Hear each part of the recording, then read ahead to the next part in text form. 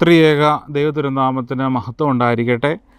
1 Samuel 12-ാമത്തെ അധ്യായം അതിൻ്റെ 20-ാമത്തെ വാക്യം ഇങ്ങനെയാണ് വായിക്കുന്നത്: ഭയപ്പെടേണ്ട, നിങ്ങൾ ഈ തിന്മകളെല്ലാം ചെയ്തു, എന്നാലും കർത്താവിനെ അനുഗമിക്കുന്നതിൽ നിന്ന് പിന്മാറരുത്.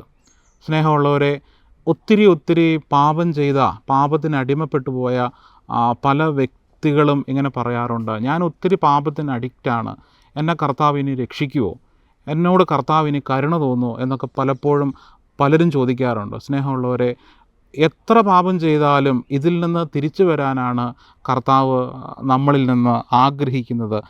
നിങ്ങൾ ഈ തിന്മകളെല്ലാം ചെയ്തു, എന്നാലും കർത്താവിനെ അനുഗമിക്കുന്നതിൽ നിന്ന് പിന്മാറരുത് എന്നാണ് കർത്താവിൻ്റെ വചനം പറയുന്നത്. അപ്പോൾ ആയതുകൊണ്ട് ഓരോ പാപം ചെയ്യുമ്പോഴും നമ്മൾ അതിൽ തന്നെ തുടരാതെ വീണ്ടും കർത്താവിനെ വിളിച്ച് വിശുദ്ധിക്ക് വേണ്ടി ആഗ്രഹിക്കുക.